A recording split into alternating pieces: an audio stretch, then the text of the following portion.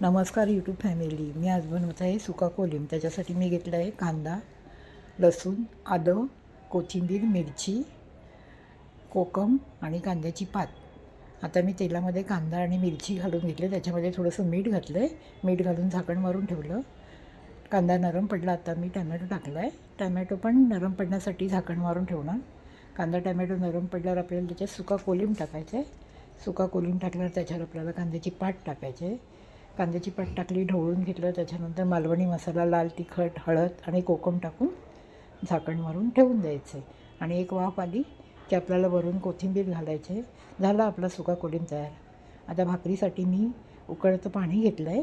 ते मी उकळत्या पाण्याने पीठ मळून घेणार आणि मळून घेऊन आता मी भाकरी थापून घेत आहे.